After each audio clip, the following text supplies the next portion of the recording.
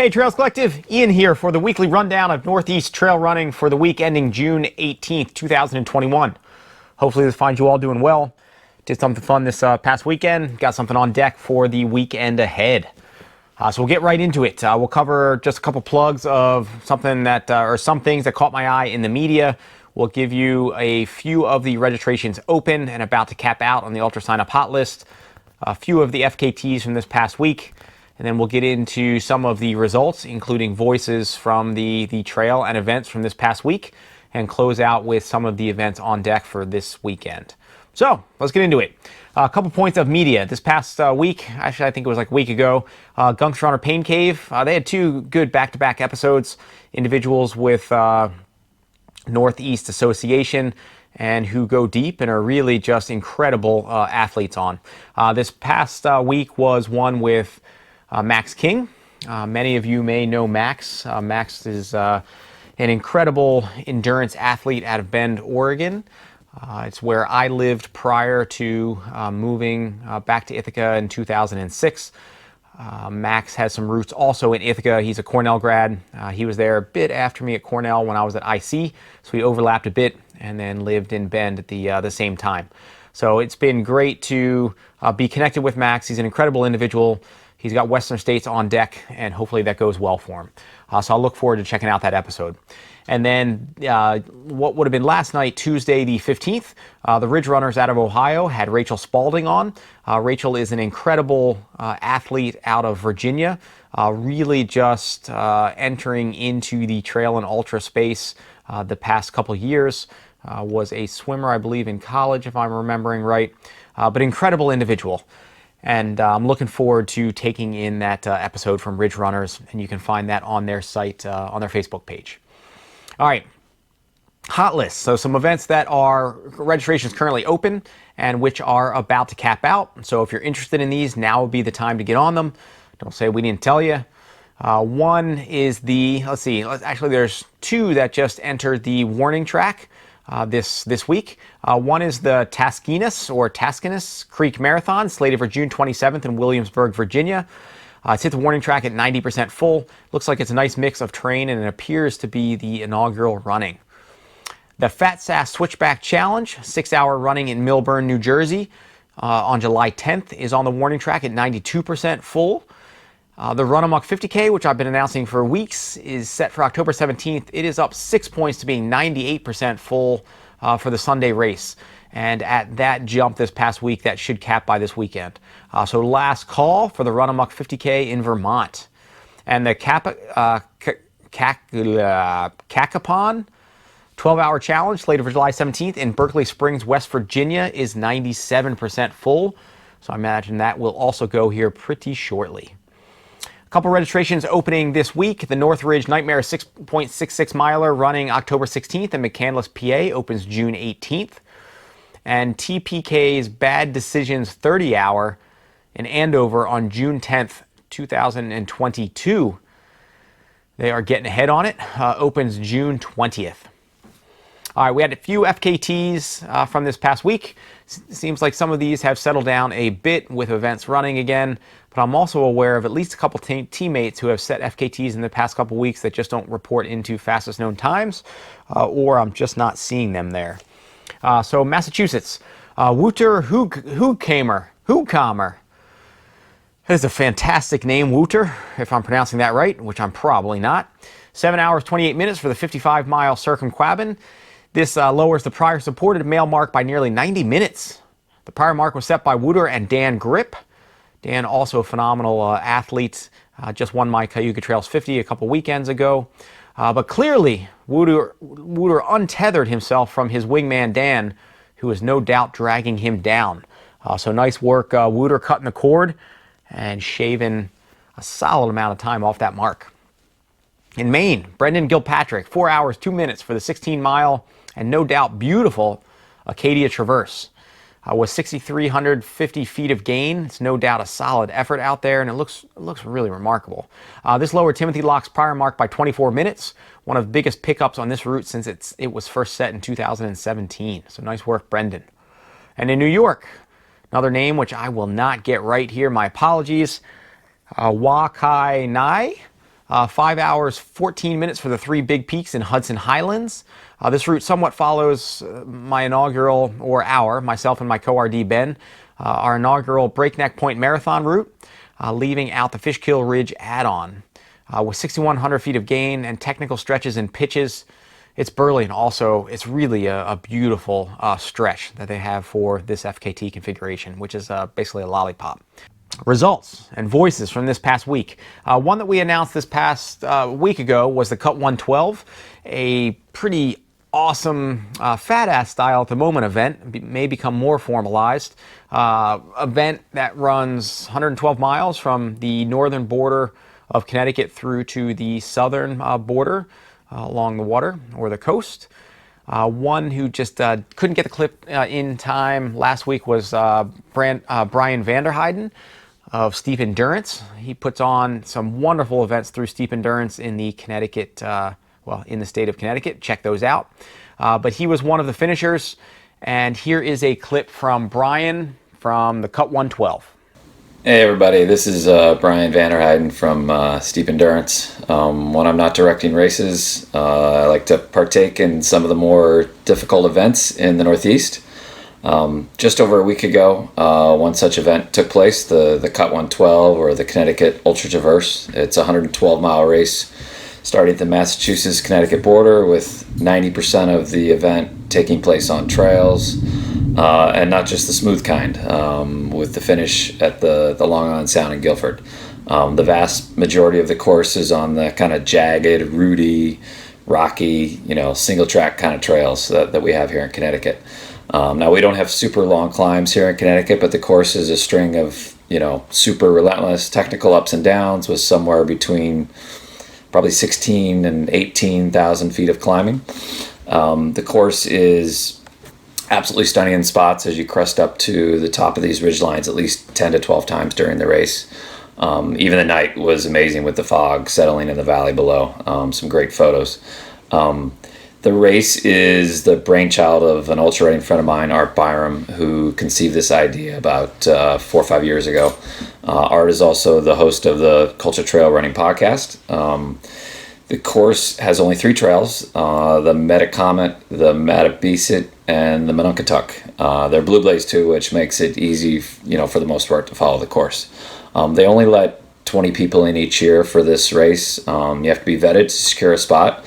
This is definitely not your entry-level type of 100-miler.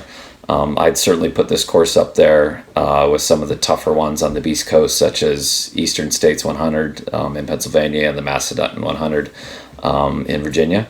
They both have longer and extended type climbs, but the technicality of the terrain is definitely on par with those 2 events. As for the race, 18 of us started from Southwick, Mass, at the border at 8 a.m. On Friday, June 4th.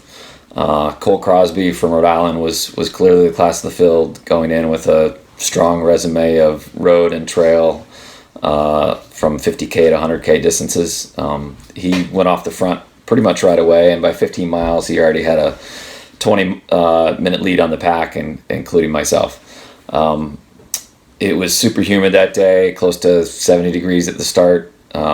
Temps were warming into the 80s with thunderstorms forecast for later in the day. So, everybody was trying to get in, calories and fluids for the long day and night ahead, as that was pretty super important. Plus the next day was forecast to be even hotter. By the halfway point in the race, Cole would eventually succumb to an injury, an old ankle injury. You got to watch those rocks in Connecticut, I guess. They're pretty rough. And that left 3 of us kind of in the lead pack. Howie Brynan from Connecticut, Tom Stardai from Connecticut, and myself, all within 15 minutes of each other at 100K.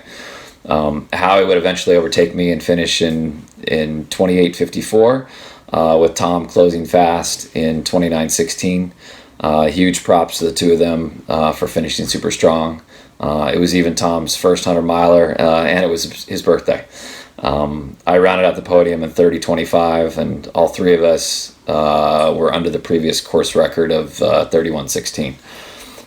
They give out some great swag. from Ragged Cuts. Pretty cool sweatshirt. Also a handmade silver buckle, which was very nice. But this wasn't the only cool story of the day. Amy Hanlon, a super experienced hiker of almost every mountain there is in the Northeast, would lead the women's race from start to finish. She also had the best inning at the beach when her boyfriend Eric asked her to marry her upon finishing. I was not there for this pretty cool ending at 10:30 that night, but had the pleasure of introducing the two of them almost 4 years ago. So congrats to both of them. I guess that's my recap for the Cut 112. Hope to maybe see you guys all next year, and hope to see you on the trails. All right, so nice work again, Brian. That is a pretty incredible effort, and thanks for getting that clip over. MCW King and Queen of the Hill 3-hour, 6-hour ran using a 5K loop in Pompton Plains, New Jersey. The event ran in support of Mission Clean Water, whose mission it is to bring clean water to underserved communities. In the 3-hour, Marcin Kulikowski took the win with 15.5 miles run, and in the 6-hour, Jake Bond with 27.9. One that ran just about 45 minutes south of me here in Ithaca, the Brant Hill Challenge 1-hour, 3-hour, threw down for its second running in Elmira, New York. This event is put on by Rebellion Running and is used to benefit the SOAR Youth Running Program. The SOAR program is solid. It's a good, supportive, and connective crew who have supported a number of kids over the years, and some of them pretty wicked fast. The course consists of a 1-mile loop course with 300 feet of gain per loop. It's a pretty fair circuit. Of 23-hour finishers, Kent McConnell accrued the most mileage with 15 miles. And for the 1-hour, there was a solid crew of, I think, 7 kids, ages 8 to 11, and putting in anywhere from, I think, actually, maybe that was their ages, which maybe corresponded to the mileage. I'm not sure what their overall mileage was, but it looks like it was a pretty awesome effort. So nice work to you all out there. Yeah. So let's see. Windsor Castle 10-hour ran over a 2.9-mile loop in Smithfield, Virginia. It's a really big uptick in timed events this past year or two. Maybe they just weren't on my radar prior, but it seems like there's a ton of new ones. The Windsor Castle 10-hour ran over a 2.9-mile loop in Smithfield, Virginia. They had a solid turnout for this inaugural timed event. Of the field of 165, Steve Spears took the overall win with 67.6 miles covered. And for the women, Amber Kuzek with 55.9 covered. So great job. Another one that ran that I announced last week was the half-hour, half-kraut put on by the crew at Uber Endurance. In Philly, PA, I decided to shun the results, secondary to learning it's pretty much a road event, which just sounds awful. All right, half kidding. I'm shunning the results, but I did check in with Stefan, most excellent RD, but that ran. Nipmuck South Trail Race, 14.5 miler in Mansfield, Connecticut. Of 113 finishers, John Paul Mandelberg took the win in 1:45 with Rachel Whitbeck for the women in 1:59. Great crew out there with the crew in Connecticut with the Schnipset Striders. Yeah, pretty awesome crew. Another one, let's see, and another one. All right, so I think the next few we will have voices in from the field or the events. So let's run through these. We have the inaugural First State Trail Race in Wilmington, Delaware. Put on by, I think, prior Batona Trail Racing crew, and I think they just changed their name to the Beast Coast Productions or something to that effect. Uses a nicely rolling blend of single and double track with a bit of gravel road in the mix. Of 3 distances, Ben Rodke was a top overall 10K finisher out of a field of 77. In the 25K, 105 finish was Steven Tucker taking the overall win. And of 78 50K finishers, Stefano Ruza took the win by a scant 90 seconds over Nicholas Wurz. And for the women, Emily Palmer for the top lady spot. And checking in to take us through the inaugural event is finisher Kiran Koons. Hey everyone, what's up? My name is Kiran Koons, and I'm a trail and ultra runner based out of Southeast Pennsylvania. Today I'm going to do a recap on the inaugural First State trail event that was held in Wilmington, Delaware this past weekend. I was really excited to actually both help volunteer and run the race because these are what I consider my home trails. You know, they're local And for whatever reason, we don't see a lot of ultra running events held in the general Southeast PA area. So that was really cool. This event is put on by Beast Coast Productions, run by Vanessa Klein and John Swanson. And they offered basically 3 distances for this event, a 10K, a 25K, and of course a 50K. So there's a loop for a 10K, I think. There was a 25K loop, which of course the 50K runners had to do twice. So the trails actually cover both the First State National Historical Park and the Brandywine State Park. So basically, it was a giant sort of 15.5-mile loop. You start at Ramsey Farms, you go through a lot of open meadows and then woods and meadows and woods. You also actually get to dip into Pennsylvania for about a few miles and then, loop back into Delaware. It goes along the creek for a little bit, through the Brandywine State Park area. You actually run through this cool, stone wall formation. I'm sure there's a bunch of history, in that whole area. But they really designed a pretty cool 15.5-mile loop. And I bet it took quite a bit of work because I've been running those trails for a long time. And those trails are not blazed. I mean, there's no blaze. They're just trails, they're just there. And so to figure out how to connect the 2 parks and, through the road crossings and all, I think that was pretty cool that they did that. So I loved the loop that they created. Definitely going to use it a lot on my training runs now. So that's awesome. A lot of it is runnable, not any big hills, but just kind of nice rolling hills. But, you get a constant up and down.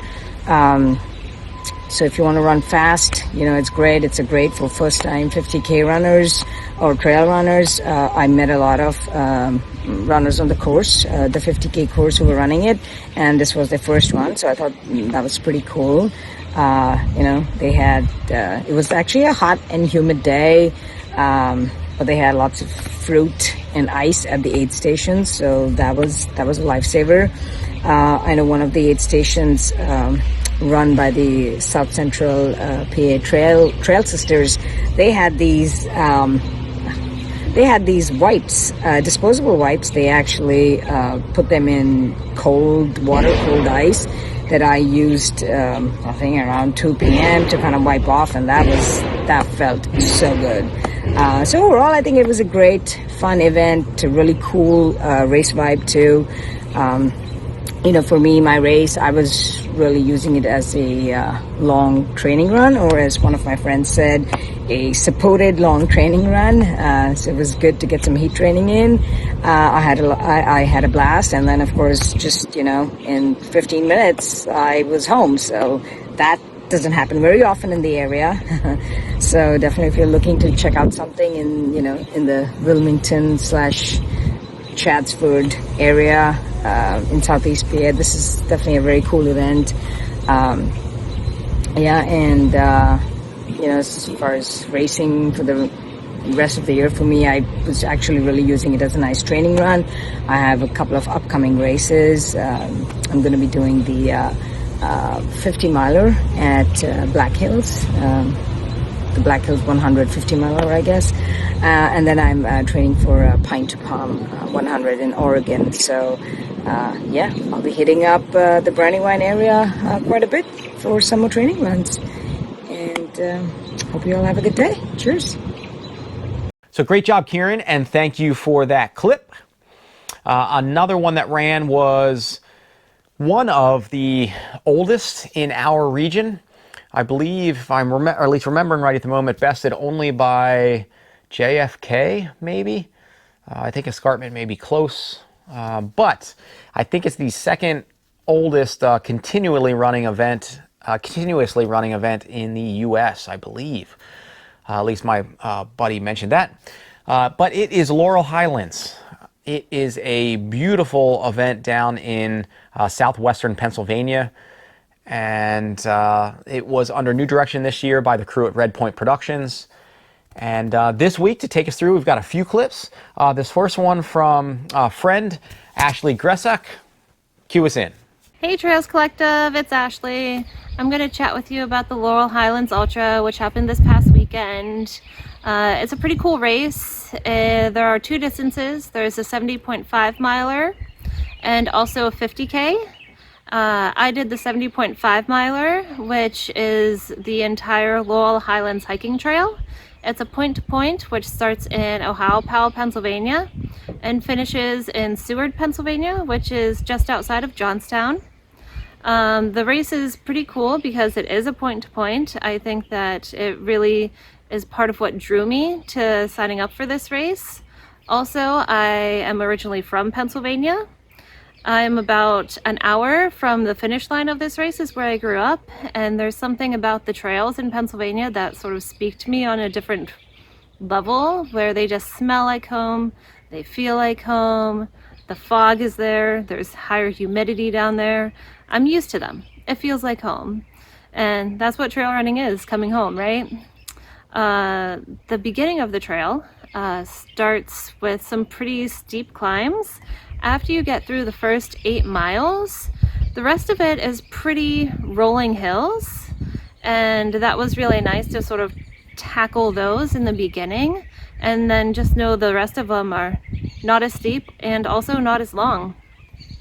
I started out the day really sort of wondering on if I was capable of finishing. I had a friend around, I ran with a friend until around mile 8. Where she started to have some stomach issues and I had to continue on. One thing that made me feel quite confident in completing this race was having conservative estimates for when I would be seeing my crew. I was crewed by one of my great trail running friends, Caitlin Wagner.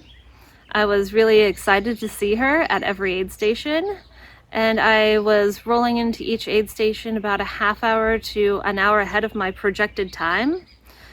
Knowing that I had extra leeway to sort of fall apart at some point made me feel like I was in control of the day. And also having her there to give me everything I wanted and remind me to, take food, ask me if I'm drinking enough, sort of help me with the game plan until I would see her next, really helped me complete this, along with feeling like I was in control of my time. About a week before the race, I got an email that did allow us to have a pacer for the second half of the race, starting at about mile 47. That was great news because I was looking forward to having someone with me in those dark hours. It did sort of create a bit of a logistical issue with it being a point-to-point race. Finding someone to meet me at the finish line to help drive us back to a car. It's not something that everyone will do at 3 o'clock in the morning on a Saturday night. I was lucky enough to be able to talk my mom into meeting us to help crew for the second half. The day went pretty easy for me until around mile 32, between 32 and 35, where I started to realize, oh no, you're only halfway. At about mile 32, I was like, oh, you've gone a long way, you're doing really good. And then I came to the realization, that mile marker only says 33 miles. You're not even halfway. How are you going to do the same distance again? But I put my head down and just started counting the mile markers, which I think is also a very cool feature in this race. There are mile markers every mile.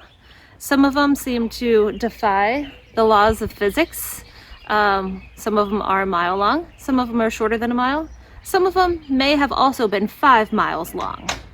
The 5 mile long one started more at the end of the day after I picked up Caitlin. I was able to pick her up at mile 47, and this was also whenever I rode into one of the coolest aid stations, which was hosted by the Pittsburgh Trail Sisters community. They had everything that you could have wanted, which was a nice surprise.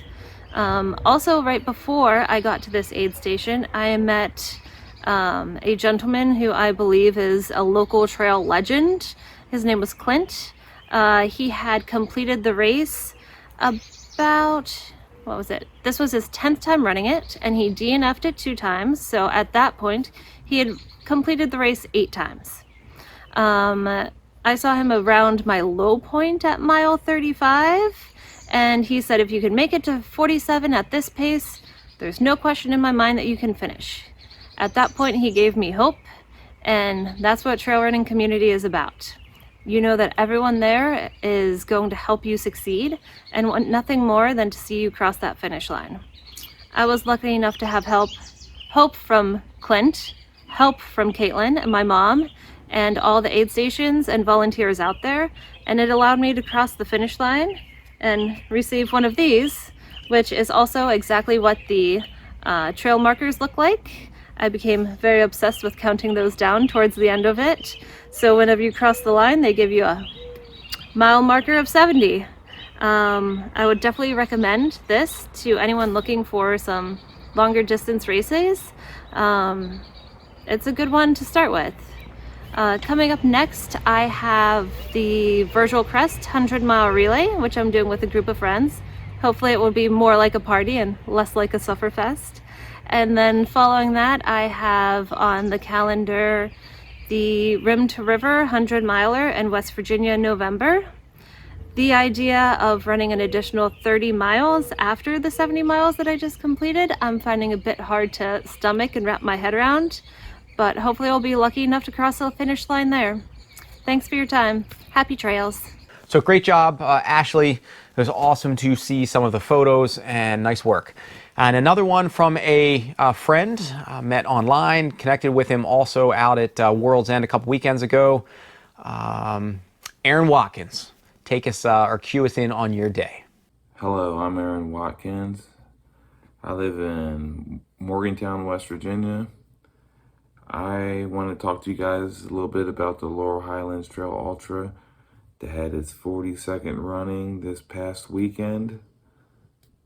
It takes place starts in Ohio, Pennsylvania, and runs point to point to Stewart, Pennsylvania, roughly 70 miles point to point through beautiful Laurel. It's blooming this time of year. This race runs around the summer solstice, second weekend in June every year. My first knowledge of this race was probably 5 years ago. In 2018, I went and watched the start of it and went to an aid station or two. And after seeing that, I was like, I'm definitely giving that a shot. At that point, my longest race was a 40-miler here in West Virginia called Highlands Sky. It takes place in Dolly Sods. It's a must-do. It's West Virginia's must-do race, I would say. So last weekend, my Laurel Highlands Trail Ultra, it went good. The first 8 miles of this trail are rough. I mean, maybe not by Pennsylvania standards, but they're pretty rough though. If you're not used to climbing, they'll wear you out. It's called Gate to 8 or Hateful 8, I've heard it called. A lot of people go and train on it from West Virginia, from Pittsburgh, from the surrounding area. If you go there on a Saturday morning, you might see 12 trail runners, not even in a group, just people by themselves. This past Saturday, it started as normal as races can start now. You know, it was staggered start, but it seemed normal. I actually kind of liked it because there was no conga line or anything. They fed us good, and they did everything you got to do to be safe in this racing age. And if you haven't done any Pennsylvania races, one of the best things about the PA races is it's the same people. The community is awesome. You might not know everybody by name, but you will know faces. You will know faces there. I knew I was going to know a couple people there. My friend Keith Query and another friend, John Gregorchek. I knew they were going to be running. And me and Keith ended up running a good bit of the day together. I know Keith's been on before talking about Standing Stones Trail FKT that he did, I'm pretty sure in March. So we spent a good bit of trail hours and miles together. I had a blast. So anyway, I finished in about 19 hours. When you finish, race director, he hands you one of these. Now this trail is marked every mile with one of these markers. So you might like it, you might not like it, but it's something you can chase after the next one. You're chasing 70 all day long, so it's a blast. So now that it's summertime and all the brutal hard miles start, and you got to pick your training to something, either a fall big race or summer big race. Well, I'm registered for Eastern States. When I was doing Laurel Highlands Trail Ultra the other day, at the end, the last couple miles, I was swearing I wasn't going to do that, Eastern States. But now I can walk again, a couple days later. I'm already on to how I can get myself stronger to try to get through that. I'm going to do a couple little things before that. I'm planning on going to Camp Anderson Festival. Allegheny Trail Runners puts on in July, mid-July. My friends are after me to register and come to that with them. I'm also going to maybe attempt my own FKT that I put together a loop on Strava. And other than that, I'm just going to sweat the summer out and try to get some big races in the fall also. I have 2 DNFs at Black Forest, and I'm going back to that again. But other than that, I think I'll talk to you guys later. And then a pretty amazing effort completing the double with the full plate on Saturday, the 70-mile ultra, which I think is actually 60-some miles, and picking up the 50K on Sunday. That's a burly weekend. John Zavatchan, cue us into the double, John. Hello everyone, my name is John Zavatchan, 42 years old, from Connellsville, Pennsylvania, a small city approximately 50 miles southeast of Pittsburgh.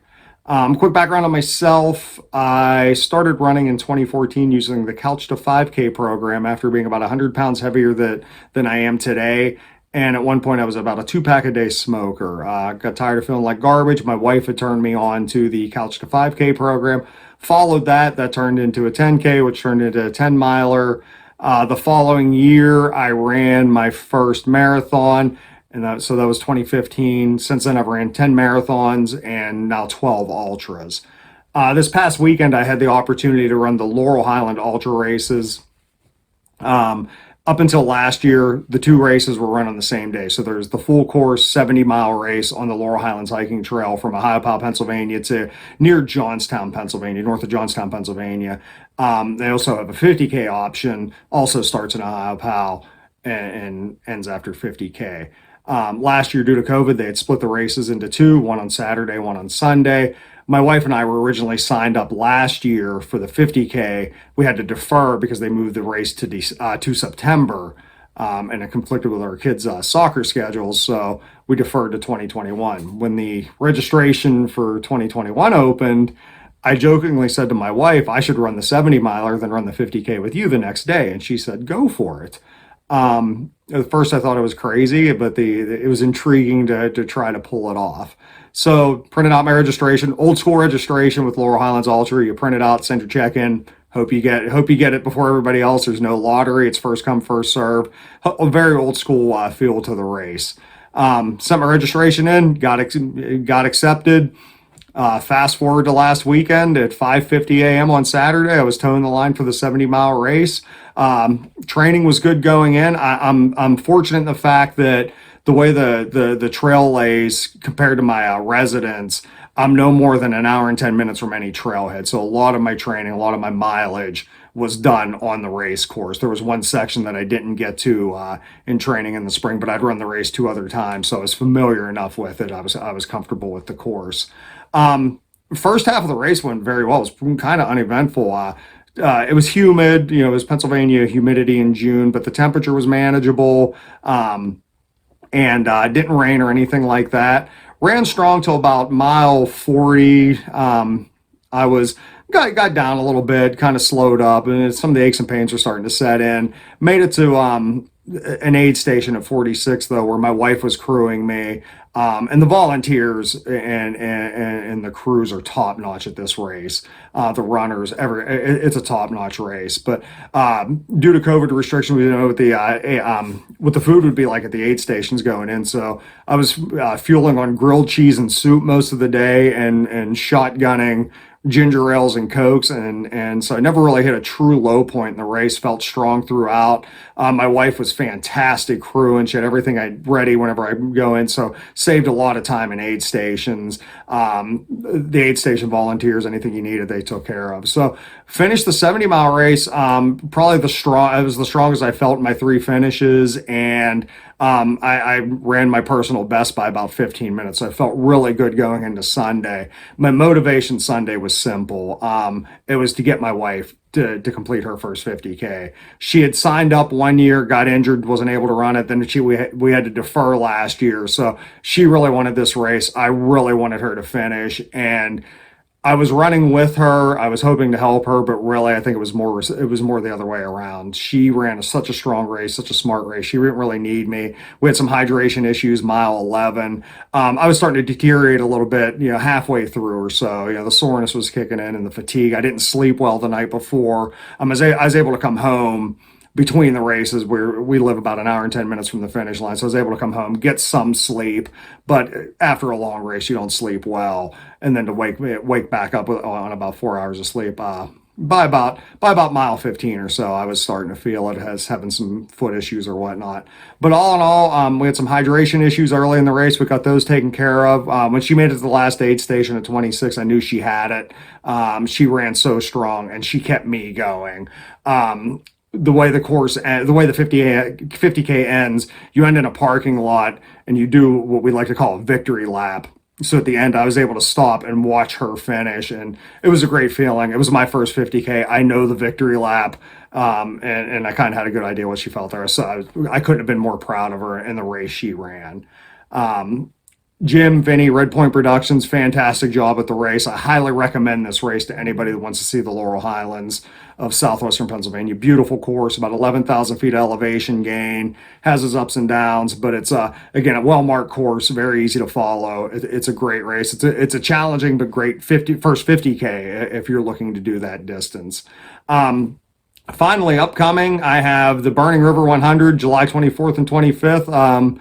And then 3 weeks later, I'm going to turn around and do my second attempt at Eastern States. I finished Eastern States in 2019, hoping to pull that one off again, and then might take a little break, and we'll see what happens from there. I think back-to-back Laurels and then 200 milers in one summer, that I think I'll earn a little break there. Thanks for your time, everybody. To all the finishers at Laurel this weekend, great job, and thanks for your time. Happy trails, everyone. So nice work on that double. That is pretty incredible. And Laurel Highlands, again, a wonderful event, coming on with new energy with the new Red Point Productions crew. So if that's not already on your radar, get it on your radar. All right, another one that ran with some clips or voices in from the field. We have the Great Adirondack Trail Run. This is just a cool, fairly low-key classic event that runs in the heart of the Adirondacks. It's put on by the Mountaineer in Keene Valley, and it is used in part, or maybe in full, to benefit from the AuSable River Association. and it runs over a 3.5 mile traverse over Baxter Mountain, and with a second distance of the Burley 11.5 mile jaunt over the backside of Hopkins Mountain. As I mentioned, it's just a classic Adirondack event. It's one that I believe, or I think it may still use, you got to call in to register, or maybe has paper form, so there's something to it that makes it both obnoxious and kind of cool classic. One that draws some wonderful and incredibly fit individuals. In the mix was a friend with a pretty deep connection to and experience in the Adirondacks, Jay Whitbourne. Cue us into the Great Adirondack Trail Run. Hey everybody, my name's Jay Whitbourne, and this past weekend I ran in the Great Adirondack Trail Race in Keene Valley, New York. It's the 16th year the race has been held by local gear shop, The Mountaineer, and it's my second year having the opportunity to run in the race. It's a smaller event due to the fact that it does take place inside the Adirondack Park and uses trails on the state land, so a special use permit is required, and the DEC will only allow so many entrants to minimize the impacts on the trails. The only way to get into this race is to call in the morning of registration to the Mountaineer or to walk in. This year I believe they sold out in record time, somewhere around a half hour or under that. So it's definitely a popular one. I'm glad that I got in. I actually sat on the side of Algonquin Peak for about 10 minutes, calling repeatedly until I finally got through. So a lot of us look forward to this one every year, and I know I'm looking forward to next year already. The course itself, it's fairly short for me, but it's 11 miles long, and it's got 3,000 feet of climbing. Most of that climbing comes in the first 7 or 8 miles, but along the way, you go through the Giant Valley on some really nice single track, running alongside of Giant Peak, one of the Adirondack 46ers. From there, you climb up to Hopkins Peak, and you get a really incredible view of the high peaks while you're running along the summit ridge, and make your way over to Spread Eagle.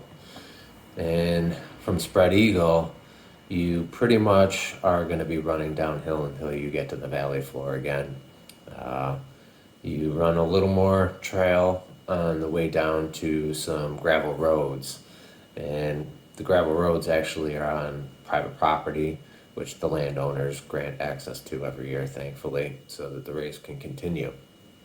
The gravel road is a pretty good incline. It's pretty fast, and that adds a really nice quick turnover to your legs on the way out. So you pretty much just either walk it out or you're going to send it the whole way. Me personally, I just like to go for it, and you run all the way out until you cross the Osable River on a bridge, and as soon as you hit the bridge, you see the finish line, and everybody's cheering for you, so it's a pretty fun finish. The Mountaineer went out this year. They cleared some of the trail, did a really nice job. The trail itself was really dry, really fast. Ryan Atkins actually ran in the race this week and set a new course record at an hour and 33 minutes. I was nowhere near that, but I definitely improved on my time from 2019, so I can't complain. And I'm hoping that in 2022, I can continue to improve on my time from 2021. I will say a really good thing that the Mountaineer does with this is they take all the proceeds and they donate it to the Osable River Association. So they're not only trying to get people out into the mountains and get people together for a really fun event, but they're trying to give back. They also do a really great job having an after party. So it's not just about the race, it's definitely a communal thing, which everybody really enjoys. From here, I'm looking forward to running the Wakely Dam Ultra in July. So that's where I'm headed after this. And that's going to kind of train my legs up for the Olympics mountain range or Olympic race in Oregon in September. So that's what I've got on my radar outside of some aggressive times in the peaks that I'm looking to try and get out in the Adirondacks this summer. So if you have the opportunity to get into the Great Adirondack Trail Race, or the GATR as everybody calls it, definitely look into it for next year, add it to your calendar. And if not, go out and enjoy the trails, enjoy the views. So great job, Jay, and thanks for checking in. That is it's a cool event. It's definitely on my bucket list to get up there and run. And two others, quite possibly the fittest, cutest, and kind to boot, potentially couple on the face of the planet, Lindsay Webster and Ryan Atkins. Hi everybody, This is Ryan Atkins, and I'm Lindsay Webster. and we're here in our house in beautiful Keene, New York, just up the road from where we did the Great Adirondack Trail Run last weekend. Our legs are finally recovering. My quads were a little bit smashed from that downhill at the end of the course, but we actually have both been waiting years to do this course, so we were really excited that we got to do it for the first time. Yeah, we've always heard about the race and about the course and about the community and how special it is and unique and things like that. So finally getting the chance to participate was awesome, and I was able to set the course record for the guys, which was really exciting. And yeah, what an awesome course, and that downhill road at the end is just so brutal. The whole course is really amazing, and you get views at the top of Hopkins, which are actually some of my favorite views in all of the Adirondacks. So I think that was my favorite section going up Hopkins and over to Spread Eagle. But yeah, thanks Jan, our race director, for marking it and putting it together. Yeah, and thanks to the Mountaineer for putting it on, obviously. They did a great job. I think it was a really well done race, and I think it's cool how it's capped at, I think, 200 people. So it's pretty special that if you get to do it and if you get to be one of the people who gets in. Yeah. Also, we love the vendor village too. That was a really cool new thing that they did this year. Yeah. Yeah, we kind of enjoyed that. Ryan did a little bit of a talk. And I drank Old Mountain coffee. Saturday night. Yeah, it was great. Yeah, and the whole event's put on for the Ausable River. And it's for conservation of the river and all the people who use it and enjoy it. And yeah, they did a talk about it, and it's awesome to see just how concerned and how proactive they're being in the maintenance and the health of the waterways around here. So it's wonderful to see. Yeah. We also enjoyed the after party, I would say. It was really fun to swim in the river behind the Mountaineer with everybody after. It's something that we do after a lot of runs, but it was really fun to have a whole group of people there to do it after or together with. And then after that we went and got beers and sandwiches. Yeah, it was just overall great weekend. We hope we get to do it again next year. We raced the day before also this year, just a 5K, but hopefully next year we won't have to race the day before, and Ryan can go back and try and smash his own first record. Cheers, thanks a lot. Bye everybody. And then the last one in this past weekend's lineup was the 666 Trail Run at 400 minutes in length in Exeter, Rhode Island. Not often do I catch word of Rhode Island trail events. I think there's just not that much there, let alone get to see clips of nice rolling single track for the events, which they did have on their Facebook page, I think, plugged from the event. The 666 races use a 6.66 mile nice loop with some rolling and technical terrain.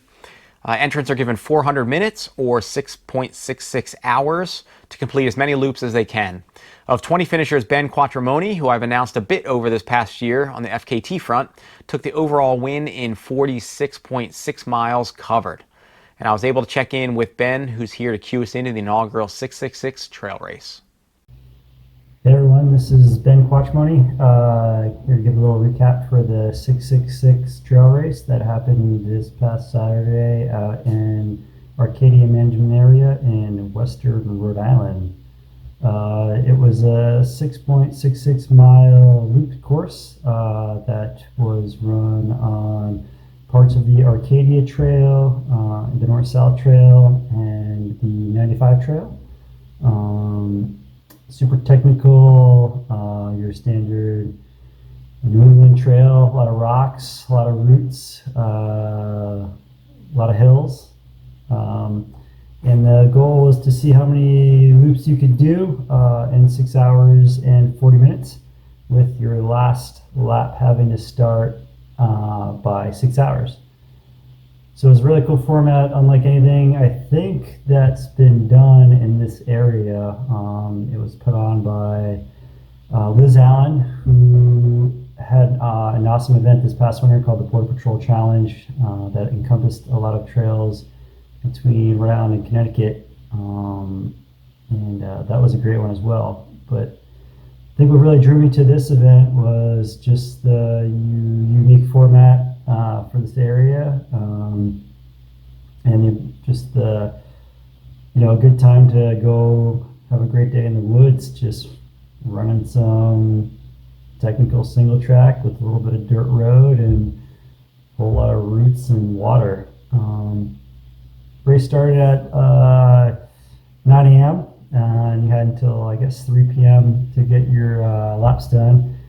Weather was pretty good. Wasn't too hot. It was a little rainy in the morning. Got a little humid later in the day. But overall, it was great conditions for a great day in the woods to showcase all that Rhode Island trail running has to offer. Yeah, it was just an awesome day. I think there were 25-ish runners that started out. For me, the race started out really well. I think pretty consistent for the first 3 or 4 laps, maybe 5 laps, and then the last 2 laps, I don't think I was eating quite enough calories. Got a little tired. Had to do a little shoe change at the end there to get there to finish, but we did 46.6 miles or something like that. Yeah, I was pretty happy with it. For a while there, I thought maybe we could get to 8 laps, but probably would have ended up pushing some rocky hills too much and would have fallen flat on my face. But overall, pretty happy with the effort. Thanks to Liz for putting that on and those guys. But yeah, looking forward to the next one. As for what's next for me coming up, probably some FKT stuff, maybe on Connecticut in the near future. Other than that, just going to keep hitting the woods on Rhode Island and hopefully getting more people to come explore what Rhode Island trail running has to offer. So thanks very much. Have a good one. So again, it's pretty sweet to see some sweet trail coming out of Rhode Island, and big shout out and props to Bill Odendahl, also of Connecticut, in getting it in as well. All right, weekend ahead. Trail methods, many on the Jenny in Letchworth State Park. A beautiful course in Letchworth, put on by 2 friends, Sheila and Eric. A wonderful couple, wonderful community, which is Trails Rock. And I am excited to be out there to just participate on the volunteer front. So for all of those of you in the mix, I think I will be posted up at the basically midway aid station, or the turnaround aid station. And so I will see you about halfway. Eastern Divide 50K runs in Pembroke, Virginia. I think they tweaked their course this year, but it looks pretty beautiful, pretty solid, pretty fair. Ghost Town Trail Challenge, 12K, 25K, 50K in Blairsville, PA. Lost Turkey Trail Races, half marathon, 50K, 50 miler in Blue Knob, PA. And the Sprout 10K in Little Loggers Trail Fest in North Bend, PA. So that is what's coming up. I've been trying a bit of gear out there. Life's been a little bit too much of a blur to mention some, and I think I've gone through some shoes that have just been, or gear that's been so-so. One that I was getting some miles in last week was the SuperTrack Ultra RC from Scott. Some upsides, good amount of stack height, cushioning's good underfoot, fairly smooth. But with me and my grandma's fat toe, I think I got a blister from that Scott logo and being a 2 tapered about 5 miles in. So mixed bag on the Scott. I'm not sure whether that's going to loosen it up based on it being too much laminated or welded TPU there. But for those who don't have a wide forefoot or don't need a whole ton of splay, definitely want to check out for putting in some higher volume. Also running this week the VJ Ultra. It's one I was pretty excited about. Runs a little bit short, so I'm also getting the same hot spot in the same area of my foot. Also blister pretty immediately, so I'm waiting for the half size up, and then I'll weigh in on that. A couple pieces from a great company out of Massachusetts. John G came in One being the AFO multi-short, pretty sweet short, has 360-degree pockets all the way around, can stow quite a bit in them. And then one which I am pretty excited to try, the groundwork, 9-inch groundwork half tight, also from John G. This is one I'm wondering how it's going to compare to the to an Ultimate Direction Hydro Short and Hydro Skin Short, which I've been really loving this past year. Compact quite a bit in the side pockets. I'll try it with a couple soft flasks and see what fits in there. And yeah, pretty excited to check it out. So there's some of the pieces that have arrived on the gear front that I'm playing with. And yeah, so that's what's been shaking this past week. I will check in with you next week. For those of you out at Many in the Jenny this week, I will see you in just a bit and looking forward to be out there. And until then,